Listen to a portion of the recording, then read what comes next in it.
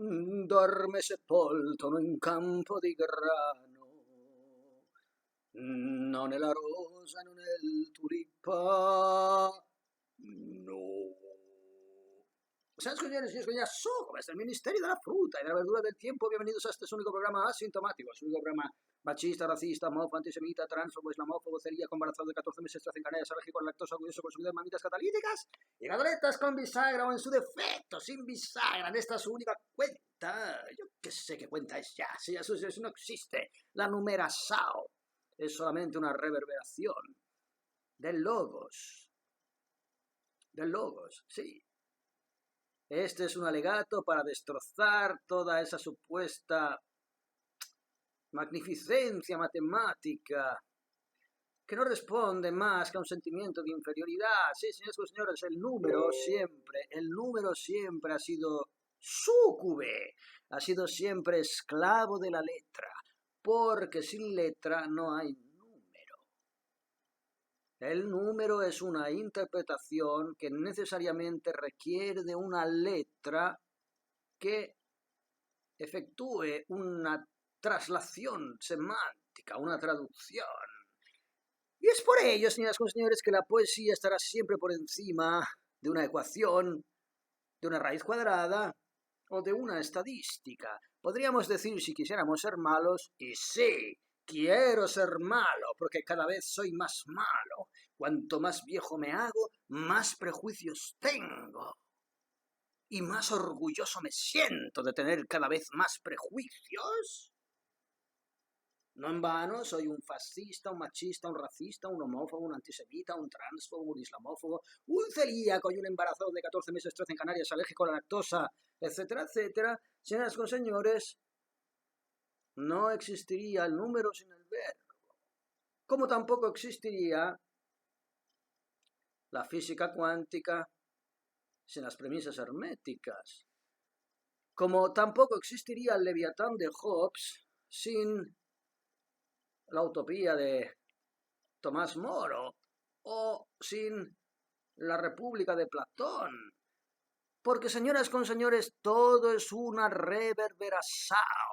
Sí, una repetición, un eco, una reminiscencia que se repropone continuamente, no ya en el espacio y el tiempo, hablando en términos físicos, materiales, bajo vibratoriales, sino en términos cósmicos y universales.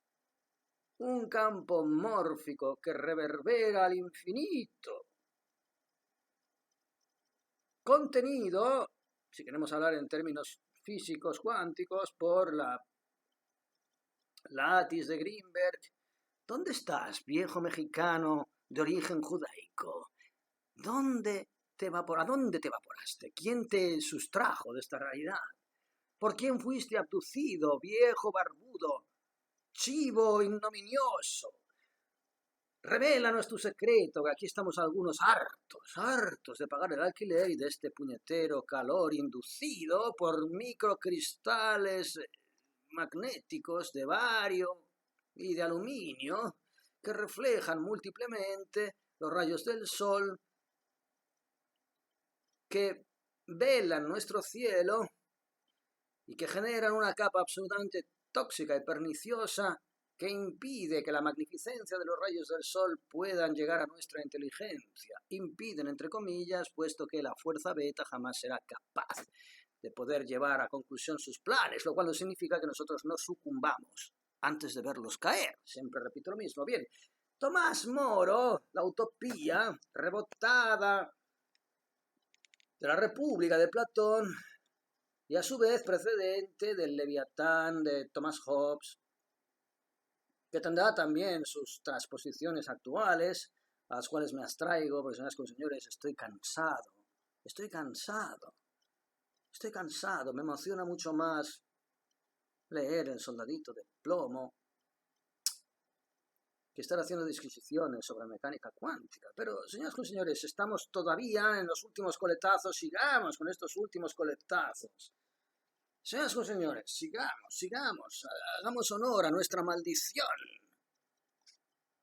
Dice pues en el capítulo de la imaginación Thomas Hobbes en su Leviatán, inicialmente, cuando antes de ocuparse de cuestiones políticas se ocupa de cuestiones metafísicas, que probablemente sean las más interesantes, sobre todo porque, como algunos de los grandes pensadores no adscritos a supuestos socialismos o apologías dictatoriales, porque el socialcomunismo es la mayor apología que existe de la dictadura, mucho más profusa y peligrosa y agresiva que el fascismo o el nazismo del cual siempre están hablando, esos socialistas y comunistas. Se basan exactamente en el mismo germen, pero con un cristalito deformante de la luz solar, como las emisiones solares, como las emisiones traslucidas aberrantemente a través de esos cristalitos de aluminio y de bario que son fumigados diariamente para aumentar no las temperaturas, eso no lo pueden hacer, pero sí la sensación térmica.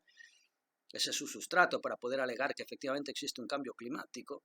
Existe un cambio climático provocado, efectivamente, como dicen, por el hombre, pero no provocado por nuestras emisiones de CO2, provocado por su ingeniería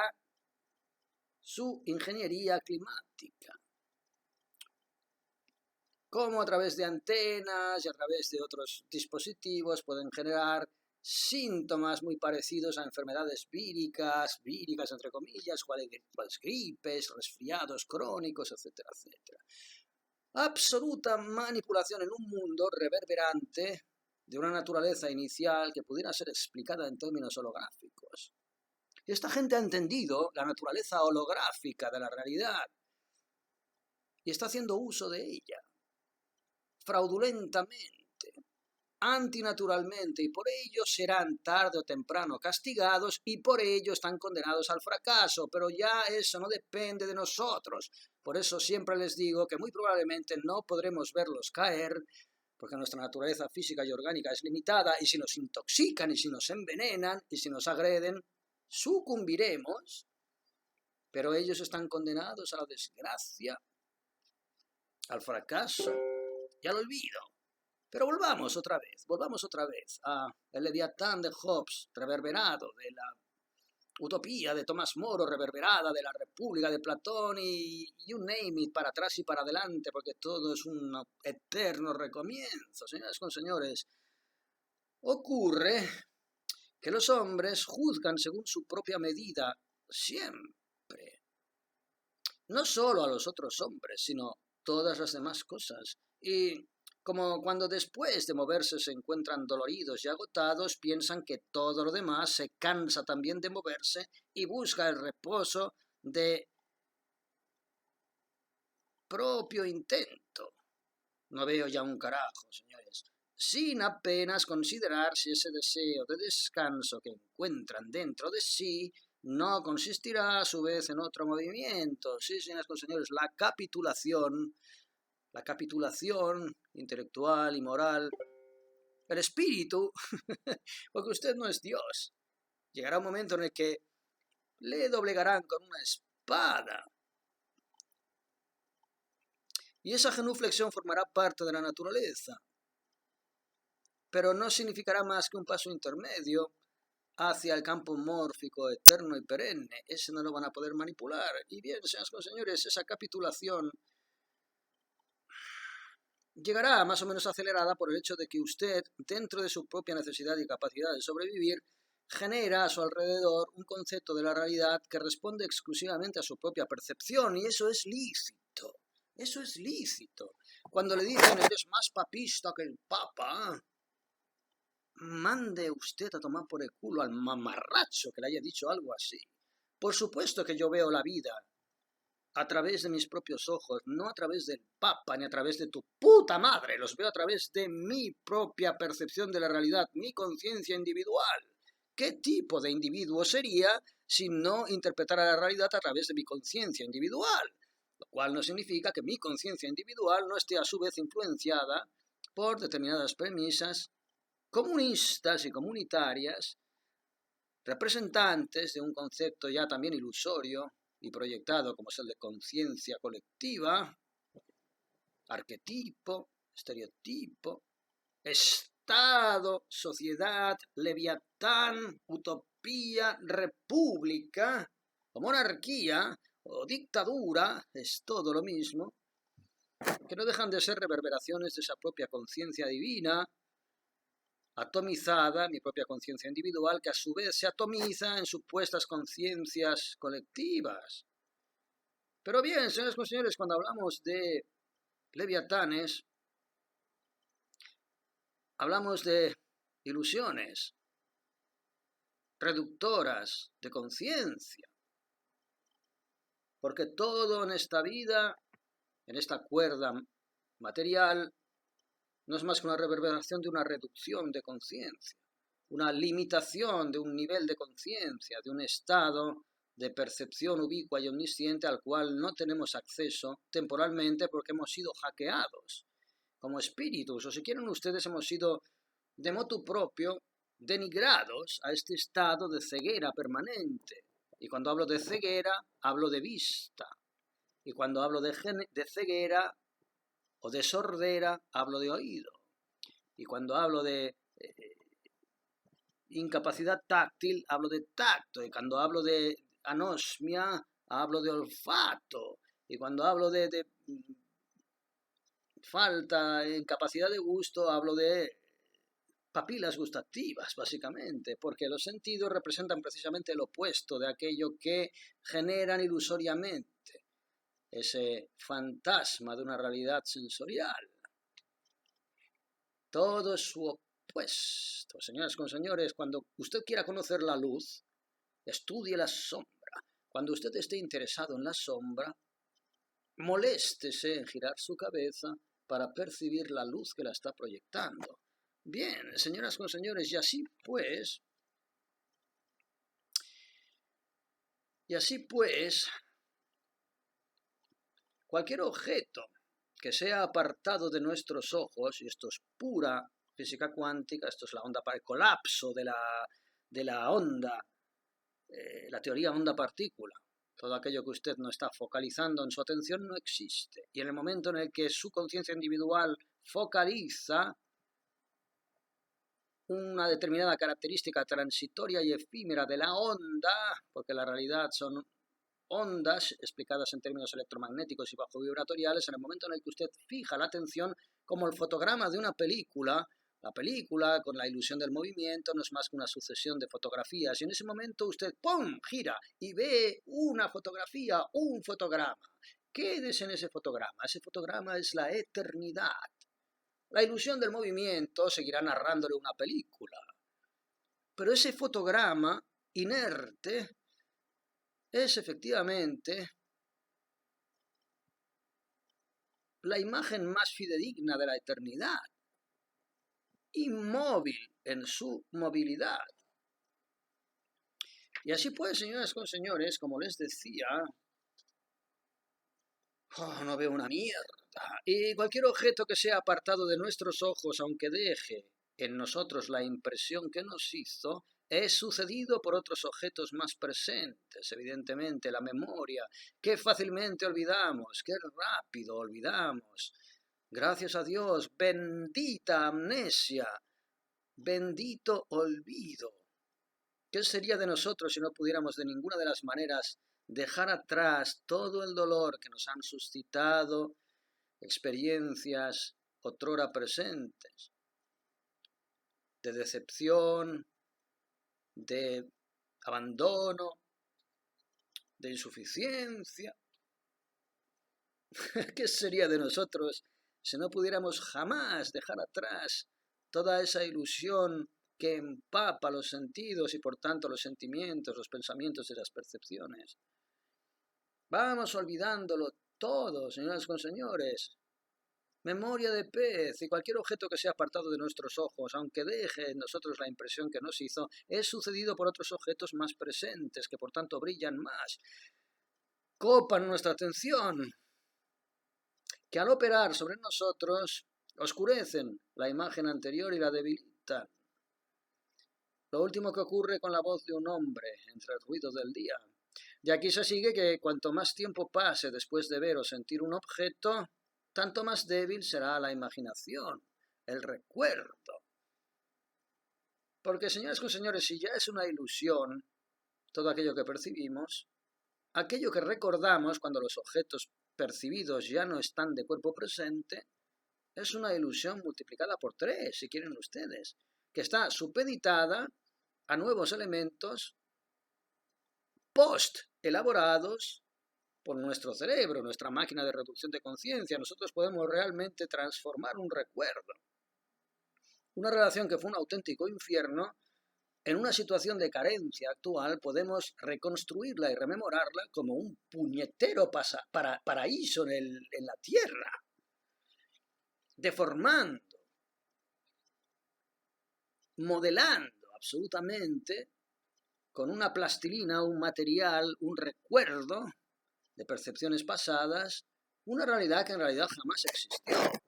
De ahí viene todo ese luego común del cualquier tiempo pasado fue mejor, que probablemente, visto lo visto, no se lo voy a discutir, pero tengan ustedes en cuenta que sus recuerdos y sus memorias no tienen nada que ver con ninguna realidad que existiera en un momento determinado, sino que es una reelaboración que tiene que ver directamente con su propia posición presente y actual, que es perenne.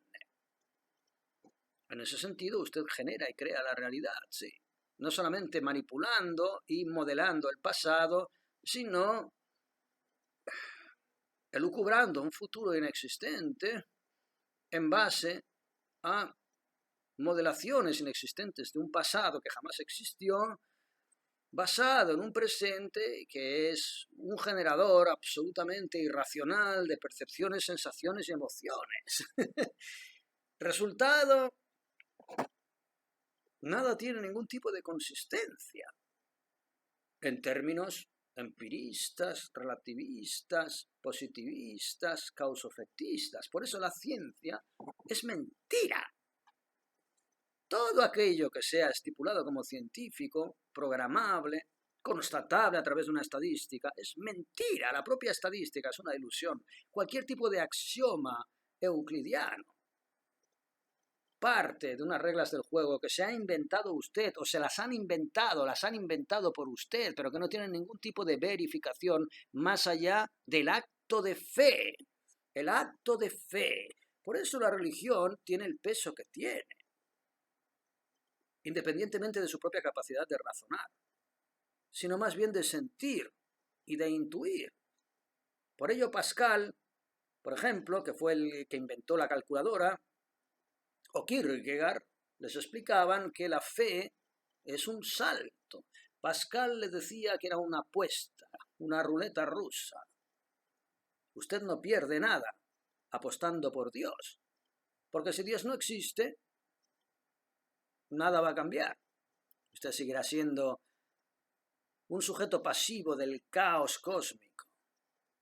Y si sin embargo Dios existe, usted podrá de alguna manera usufruir de todo aquello que su propio concepto le ha prometido, como ser consciente. Nada más pragmático que Pascal. Y cuando hablamos de Kierkegaard, que hablaba del salto de fe, ni siquiera se molestaban a explicar teorías o ecuaciones matemáticas o calculadoras de probabilidades. Sencillamente decía, mire, creer o no creer no tiene nada que ver con estudiar toneladas de libros. Es sencillamente un acto de fe. ¿Qué es el acto de fe? Es una intuición.